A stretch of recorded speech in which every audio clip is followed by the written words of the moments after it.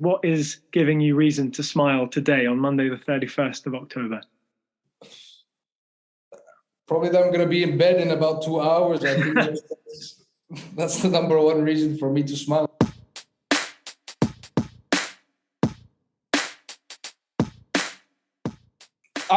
To be honest, I'm not a big fan of the word tutoring, right? I prefer to use the word of learning advancements, because tutoring sort of signifies that you're falling behind somewhere, right? Whereas the market simply needs to accept that different children or different, kids learn different ways. Look, the academic system is very straightforward. It's sort of a tunnel, right? It doesn't really accommodate for people on each side. I was in a classroom 2 years ago and I knew exactly what was needed and I knew what was missing, right? So I had a relatively fresh insight and opinion about how to move forward in sort of the education space and how to give kids what they want.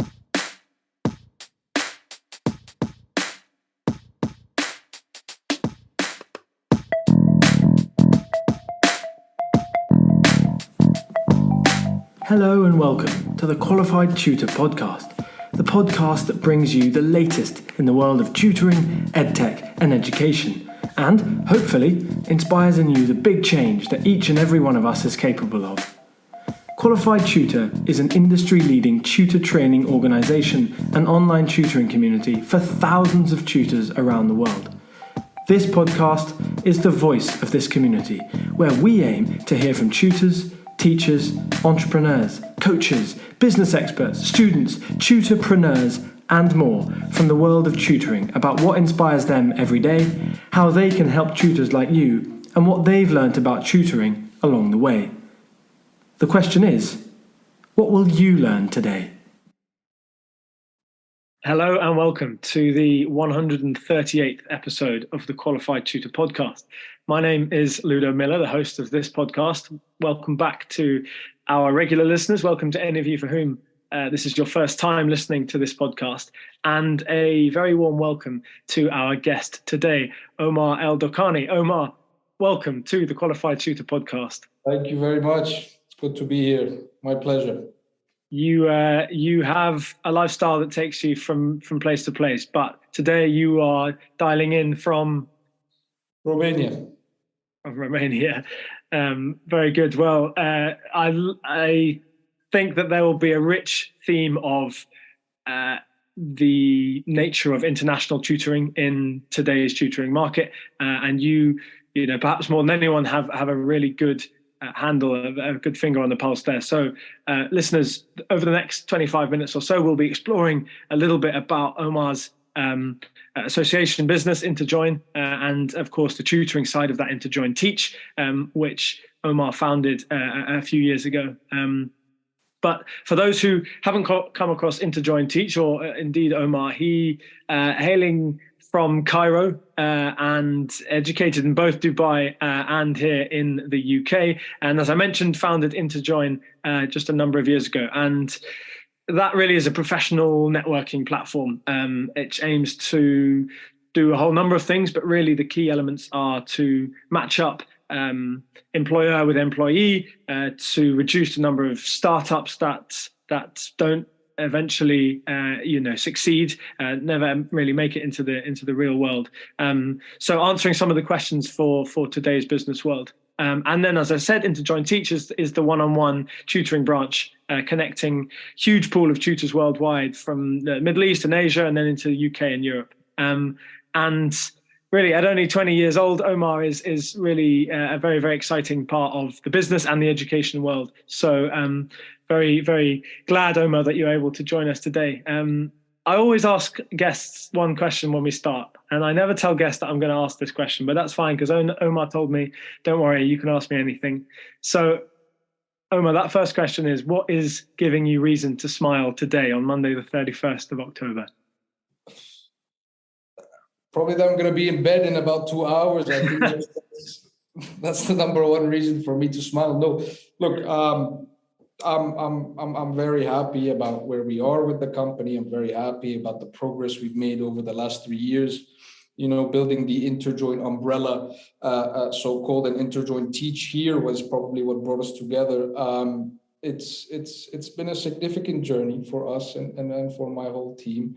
I couldn't be prouder, to say the less. Yes, it has taken me all over the world. Sometimes I want to, sometimes I don't. But we're here today, and it brings new opportunities every day, and that's why I'm happy.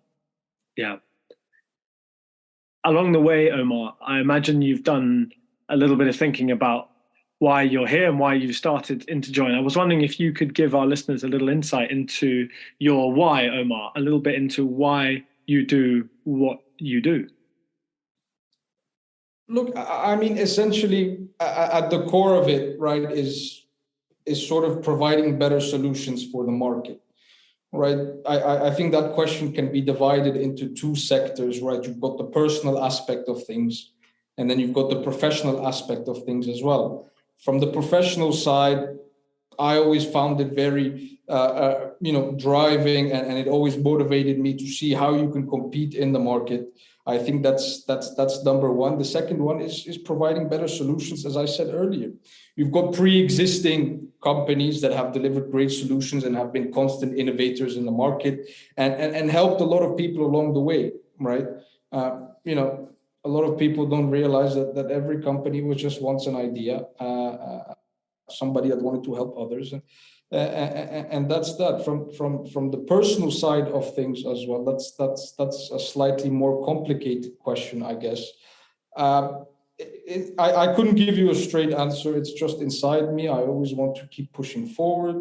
I always want to keep driving new initiatives. I keep wanting to grow with the team, with our outreach, with the different markets that we're in, the 5+ countries that we have offices right now as well. It brings me joy, and it's become my day-to-day life, and I couldn't be happier. So that's probably the answer from the personal side. Which is what we want to hear. Today is, of course, all about Interjoin, but it's more about you, Omar. But if we're to focus on Interjoin just a little bit, you've recently kind of relaunched the Interjoin.com site. I wondered if there was a little bit you could tell us about how you came to launch Interjoin and why now? What is the kind of ethos of the moment? What is the exciting kind of project at the moment, and why you've kind of relaunched Interjoin? Well, look. Interjoin, as it is today, wasn't always what it is, right? At first, it started as a networking company, and then we had to rebrand, and then we dived into the education sector, as what you see with Interjoin Teach. And then about a year ago, we decided to have Interjoin as sort of an umbrella company, as a trademark, as a brand, and then have sort of subsidiaries under it, serving different purposes, serving different needs in the market. And Interjoin.com currently carries the Interjoin Teach site, which, I was a student about 3 years ago. And look, I needed plenty of help, believe me, and there was no direct place for me to go where I could sort of get the educational help that I wanted in a quick, seamless, interactive way, which was also user-friendly. Look, a lot of our competitors today in the market require lots of time and require lots of, sign-up length and all these kinds of things from users, right? What we were trying to build is a hub, really, for education, where you put your data about yourself. That's what you input, and that's what we work with, right? We tailor the platform according to your needs, right? Instead of me having to type what I want to look for, send a few emails to see if I can get a booking with a teacher online, have a free trial session. I don't know much about the teacher, so, I don't really have a clear idea. We wanted to build something where, look, this is the teacher in front of you. You can book it within 30 to 45 seconds. We have all your data, and your homepage is tailored to exactly what you study at school or university. And we've built our own video conferencing as well. So you don't have to take anything off the platform, and it gives you every single resource that you need to carry out these sessions. Look, a lot of kids in class don't necessarily learn the same way, right? And a lot of them are ashamed or sort of shy, perhaps, to seek the help that they need. So with the rollout of our mobile app as well in the next 2-3 months, they'll be able to leave that class, book a session for 8 p.m. tonight, and attend it from their laptop, and never have to worry about falling behind with their education, or if they just simply want to keep advancing and stay one step ahead. That's what we aim to build. And I think that market was relatively empty and relatively underdeveloped. That's my opinion, and that's why I chose to go in there, and that's why we've allocated a lot of our resources in sort of building extremely complex from the back end, however, from the front end, extremely seamless to the user and how they can utilize it. Omar, I've known you for a few months now, and that is, you've really pulled it out the bag for the podcast. That is the clearest manner in which you've put the problem and the solution that I've heard you kind of give so far. I think what you're saying just there is a rallying call for thousands of people working in education, of course, but edtech more closely. And really, most tutors these days are now working in essentially edtech, aren't they? You can't really escape online tutoring in 2022. Not that you'd want to anyway. But what you've just described there, do you think that is the direction that international tutoring is heading in then? Look, to be honest, I'm not a big fan of the word tutoring, right? I prefer to use the word of learning advancements, because tutoring sort of signifies that you're falling behind somewhere, right? Whereas the market simply needs to accept that different children or different, kids learn different ways. And then from the other side need different resources to be able to be tailored to them. Look, the academic system is very straightforward. It's sort of a tunnel, right? It doesn't really accommodate for people on each side. So I think it's the future for learning advancement, and identifying each children's skill and poking at the right holes and really being able to extract sort of the talents, the skills which go unidentified through their academic journey, which is a shame, right? And that's something we need to work on as well, is facing the problem at the root cause, right? Which is sort of, look, there's great, fantastic things about the academic system, but we can all agree here that it doesn't necessarily test or identify certain areas which kids might be talented in or might have skills in, right? So I think learning advancement is definitely moving that way, and I think technological sort of inputs and aids for students are going to be the future for it. Absolutely. So what can tutors and tutoring companies do to prepare for learning development in 2022?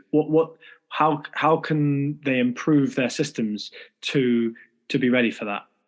I think it always goes back to putting yourself in the consumer's shoes, right? You have to be able to think like a student. You have to put yourself in their world and try to understand what they want access to and how they want access to it, right? I think that's the key to solving many problems is this world, is just try to flip your perspective, not as a business owner, not as a tutoring company owner, not as whatever, but simply as the consumer, right? What do they want? How do they want it? And how quickly do they want it? Right. I think that solves a lot of the problems. And if you're able to envision yourself as a student, you'll be able to give students solutions, right? And that's part of our success as well. Is I was in a classroom 2 years ago and I knew exactly what was needed and I knew what was missing, right? So I had a relatively fresh insight and opinion about how to move forward in sort of the education space and how to give kids what they want. And the product is Interjoin Teach. Absolutely. Did you, when you were leaving school, did you expect, was this something that you'd wanted to set up for a while? Was this something that came about because you saw what the pandemic had given us as an opportunity? Yeah, this Interjoin started about 3-4 months before the pandemic, right? And as soon as I turned 18, I registered my first company. And let me tell you, I had no idea what I was doing, right? I just wanted to get a hold of the name, right? I sat, piece of paper, pen in my hand, enter something, and it came to Interjoin. And the idea definitely isn't what it is today. And it's definitely come a long way since. But yes, during my time at school, at least the last 6-7 months of my high school education, it was something I was looking into. At very early stages, don't get me wrong, there was no funding, there was no resources behind this. It was just me and a piece of paper. And I went to boarding school in a school dorm, but it was after I sort of transitioned to university. Well, I was going to go to university straight away, and then COVID hit, so I decided to take a gap year, and that's where things started to change. Right, that's where we received funding for the company. That's where our structure was set up, and that's where I was really able to get to work in sort of delivering that sort of solution that we're talking about today. Because at the end of the day, it's an extremely complex platform, Ludo, and it takes years to build, especially all the in-house technologies that we have incorporated and embedded inside the platform. So it took us a while, and a lot of hiccups and a lot of barriers and a lot of problems and issues that you have to face day to day. But we're here today, and I'm grateful for it. I'm grateful to the team, grateful to our partners, and we keep moving forward.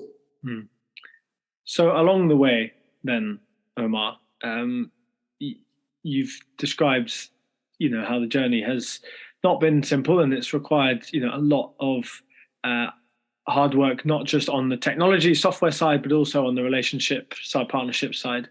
What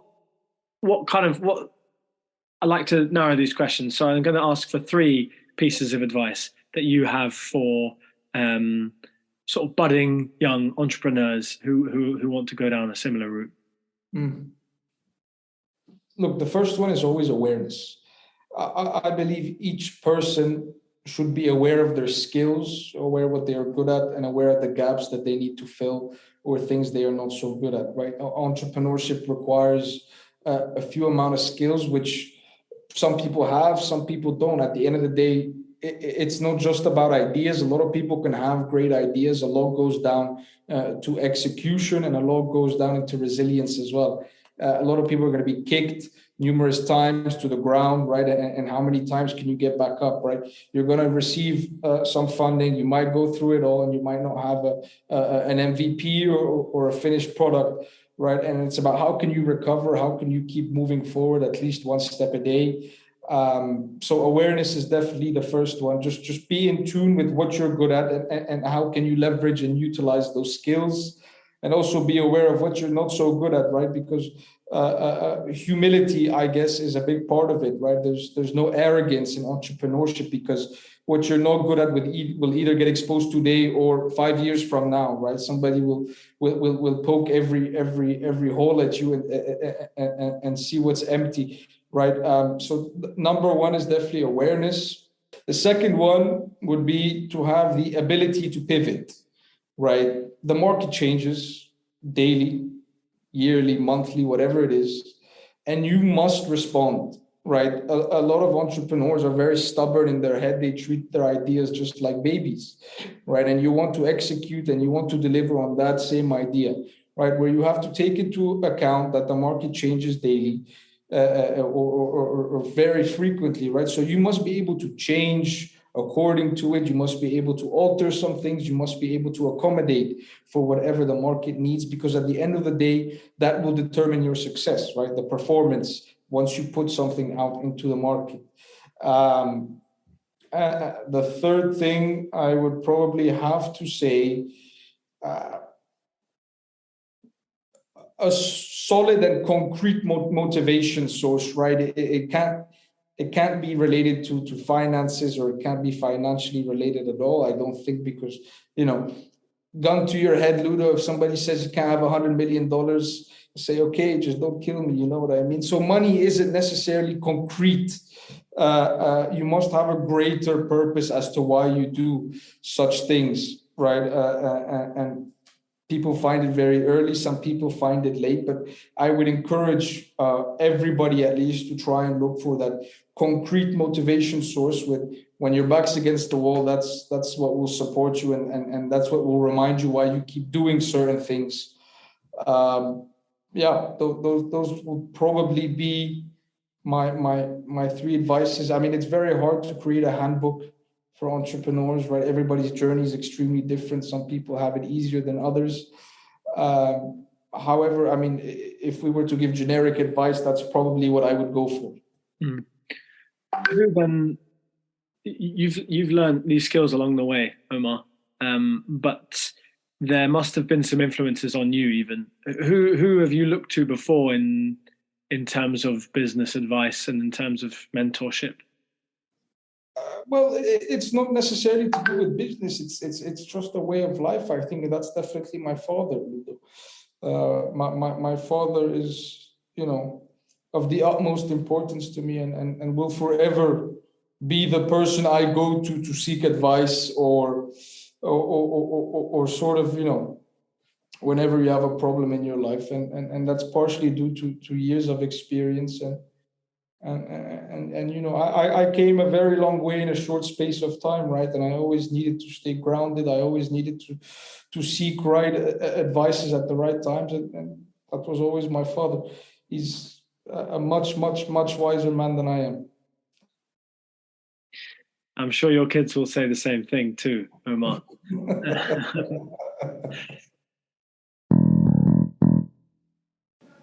And now, a brief word from last week's guest, Sarah Cottingham, whose episode you can catch after this.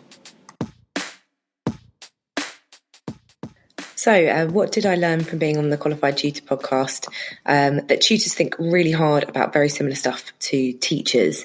And I also got to be immersed in the world of tutoring through discovering the Qualified Tutor podcast and listening to some episodes prior to doing the episode that I was on. And learned a lot of things I didn't know about tutoring, for example, the academic as well as the pastoral side of it.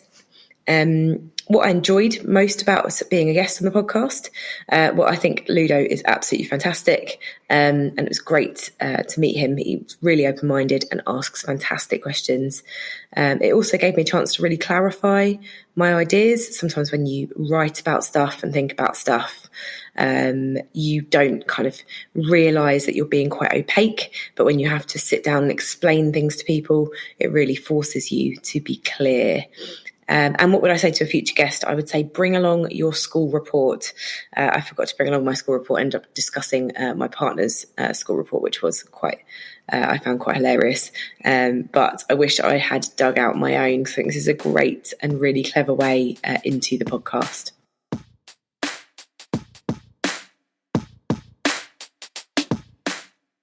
Now, Omar, we're just kind of coming to a close here. We like to keep abreast of we like to at least keep the conversations to our listeners' kind of attention spans. So on that note, I'm going to close with a final question, really, which is a little bit about the future, looking ahead to what's next. And given that there's been so much that's come already, even in Interjoin's short kind of lifespan, that's giving a good indication that the next few years are going to be an exciting place to be. But what's next for you, Omar? What's next for Omar El Dokani? I'm trying to sort of expand our Interjoin umbrella into as many markets as possible, right? How many markets can we get into? How many partners can we close in these markets to help us sort of leverage the demand that we have, sort of roll out solutions to the people and have some sort of effective user acquisition, right? Because as a person myself, it's impossible to be in 50, 60 countries at once. So it's always about identifying the right key people to join you on board and giving them opportunities to help us expand. From a personal standpoint as well, look, I need a holiday. I need to go see my family. So that's probably what I'm looking forward to the most. But we'll keep moving forward, surely. And I won't stop. I probably won't be taking that holiday, I guess. Yeah, we can all dream about things, Omar. I wanted that question to be about realities, but no, Omar, thank you so much. We, as Qualified Tutor, are very much looking forward to working with what Interjoin has to offer and has to bring to the tutoring market, because it's not just about what Interjoin can get and how they can grow, but it's also about what the skills and the processes that you guys are going to bring to the market. I think whenever someone of your age, Omar, enters the market like this, there are, as you said, so many fresh ideas and insights. You understand schooling basically as well as anyone else does, because you've just been there. And I think that's hugely important to remember. So, yeah, very glad to have you on here. I can't wait for in 10 years' time to say, oh my God, look, we had Omar on our podcast once upon a time, 138th episode. I'll be retired on an island somewhere, Ludo. Come on, you won't be able to reach me. I was thinking you might be the newest dragon in Dragon's Den, but fine. If you want to go to an island, that's... I'm calling it quits at 30. Oh, it's a pleasure to be here. Thanks for the invite, Ludo. I appreciate it, and we're very happy to have you on board as well. Yeah. Well, for the next episode, we'll be hearing from Jason Priest, who runs the Tutor Index, a very similar platform, really, in its early days, without perhaps the international reach, but moving towards a closer alignment between tutor and student. So continuing the very similar themes to today's episode. But Omar, thank you so much for coming on, and we will chat again soon. Thank you very much. All the best. Then. Thank Cheerio. you. Thanks. Bye-bye. Bye.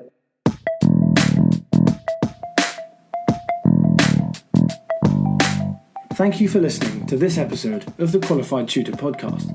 Whether you're a regular listener of this podcast or you've just stumbled across it, join the Qualified Tutor Podcast group within the Qualified Tutor community to stay up to date with our latest news, offers, workshops, and of course, simply to meet other tutors like you. Whatever your level as a tutor, our training courses will be the next step in your professional development.